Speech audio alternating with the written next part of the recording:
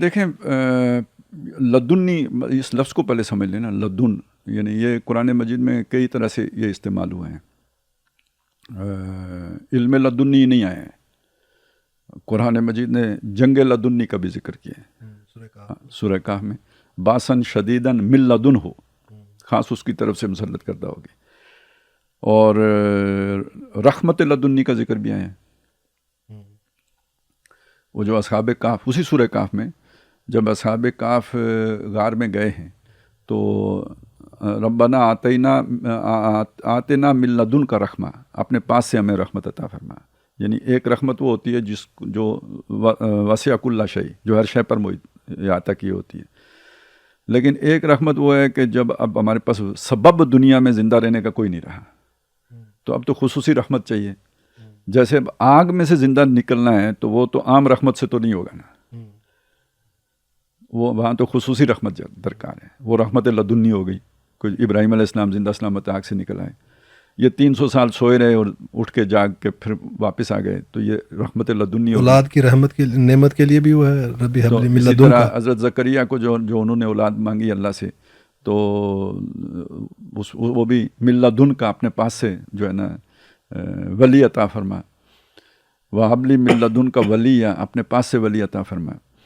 تو یہ جو چیز ہے نا، یعنی اولاد لدنی بھی ہو گئی، رحمت لدنی بھی ہو گئی، جنگ لدنی بھی ہو گئی. ان سب کو سامنے رکھیں. علم لدنی کیا ہوا کہ جو عام اسباب سے ہٹ کر آپ کو علم دیا گیا ہو. تو عام اسباب کیا ہیں جی؟ سب سے بڑا سبب قلم ہے. علم الانسان بالقلم، قلم کے ذریعے سے انسان کو سکھایا گیا ہے. استاد ہوتا ہے، چلیں وہ بھی ایک سبب ہے. لیکن قرآن مجید نے اس کا بھی ظاہر ہے، وہ بھی ہے علمہ شدید القوا، وہ بھی سبب اپنی جگہ پہ ہے. لیکن یہ کہ قلم کو بڑا ذریعہ بتائیں. اس سے اوپر جو علم ہے وہ وحی کا علم ہے جو اللہ کی طرف سے آتا ہے، اور وحی میں شامل ہیں یہ ساری چیزیں. القاء ہے، الہام ہے، رویا صادقہ ہیں، یہ ساری جو ہے نا کشف ہے. تو یہ وحی کی صورتیں. یہ ساری چیزیں جب نبی کے ساتھ ہوتی ہیں تو یہ وحی محفوظ ہوتی ہے. لیکن غیر نبی کا جب معاملہ ہوگا تو ظاہر ہے اس کے پاس فرشتہ تو اللہ کا پیغام لے کے نہیں آئے گا، یہ تو کٹ جائے گا.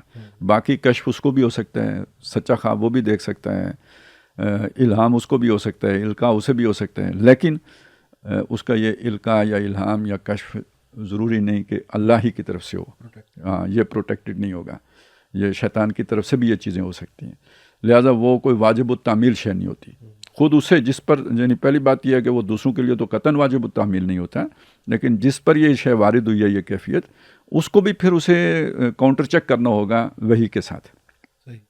کہ اسے کوئی خواب میں ایسی بات تو نہیں کہی گئی کہ جو شریعت کے کسی حکم سے متصادم ہو. وہ تو پھر پکی بات ہے کہ شیطان کی طرف سے ہوگا. تو یہ والی جو چیز ہے نا، یہ یعنی جو اللہ کی طرف سے خصوصی علم کسی کو دیا جاتا ہے تو وہ علم لدنی کہلاتا ہے. اچھا، وہاں پہ کیا مسئلہ ہوا؟ وہاں چونکہ حضرت موسیٰ علیہ السلام کے پاس اللہ کا وہ علم تھا تو انہیں کہا گیا کہ جی آپ اس آدمی کو جا کے ملیں کہ جس کو اللہ نے اپنے پاس سے علم دیا ہوا ہے.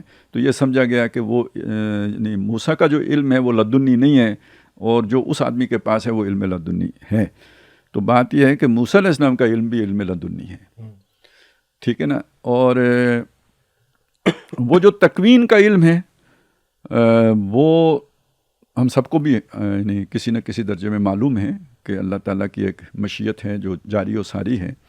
لیکن پھر بھی جب بھی کوئی ایسا واقعہ ہوتا ہے تو ہم سے بھی بے صبری ہو جاتی ہے. مطلب زندگی موت کس کے ہاتھ ہے؟ اللہ کے ہاتھ ہے. کوئی مرتا ہے تو ہم مطلب پہلا ہمارا ری ایکشن کیا ہوتا ہے؟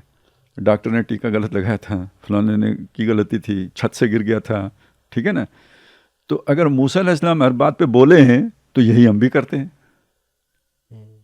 سمجھ رہے ہیں نا میری بات؟ یعنی جو ہمارا وہ سبب کے دائرے، تھوڑی دیر کے بعد ہم پھر جا کے سمجھ جاتے ہیں نہیں یہ مسئلہ یوں، اللہ کی مرضی. پھر اب اللہ کی مرضی شروع ہو جاتی ہے.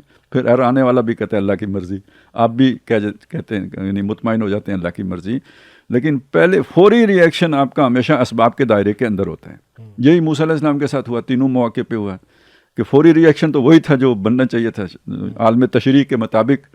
اور پھر انہیں خیال آ جاتا تھا نہیں یہ تو وہ یعنی ان کے پاس ایک خاص شعبے کا علم تھا. یعنی اللہ تعالیٰ کا یعنی جو بھی یوں سمجھے کہ جو جیسے ابراہیم علیہ السلام کو ملکوت السماوات والارض دکھائے، کذالک نوری ابراہیم ملکوت السماوات والارض، ہم نے ابراہیم کو دکھائے آسمانوں اور زمین کی خفیہ بادشاہت. تو وہ اللہ کی خفیہ بادشاہت کیسے نافذ ہو رہی ہے اس کو جا کے اللہ تعالیٰ نے پریکٹیکلی دکھایا موسیٰ علیہ السلام کو. تو وہ تو ہر فرشتہ یہ کام کر رہا ہے نا، اللہ کی خفیہ بادشاہت کو نافذ کیے ہوئے ہیں. تو یہ اس وقت وہ پوزیشن ہے جو خضر کی ہے. تو وہ ان کی ڈیوٹی ہے. کوئی انسان اس مقام پر فائز ہو جائے، ہاں مرنے کے بعد کچھ علماء کی رائے ہے کہ کچھ ارواح کو جو ہے نا طبقہ اسفل میں شامل کر لیا جاتا ہے اور وہ اللہ تعالیٰ کے احکام کی تنفیذ میں فرشتوں کے ساتھ ہم رکاب ہو جاتے ہیں. وہ تو اگر چلیں کسی نے کہا ہے تو ٹھیک ہے، لیکن ایک زندہ آدمی جو مکلف ہے شریعت کا، اس کے بارے میں یہ سمجھ لیا جائے کہ بھئی یہ اب شریعت سے بالاتر ہو گیا ہے اور یہ اس کو کوئی علم لدنی، یہ تو گویا پیغمبری کا دعویٰ ہو گیا بھئی. بلکہ اس سے بھی اوپر کا. ہاں، پچھلے پیغمبر کو کینسل کر دیا نا اس نے. ٹھیک ہے نا، یہ تو بالکل یعنی جو منسوخ کر دیتا ہے نا کہ نیا پیغمبر پرانی شریعت کو، یہ تو اس جگہ پہ آپ نے بٹھا دیا ہے ناسمجھی میں بندے کو. تو اب کوئی علم لدنی نہیں ہے، علم لدنی قرآن ہے. ٹھیک ہے نا، تو کسی کو اس مغالطے میں نہیں رہنا چاہیے. جو پڑھے گا وہ اسے پھر شیطان اغوا کر لے گا، بچ کے رہنا چاہیے.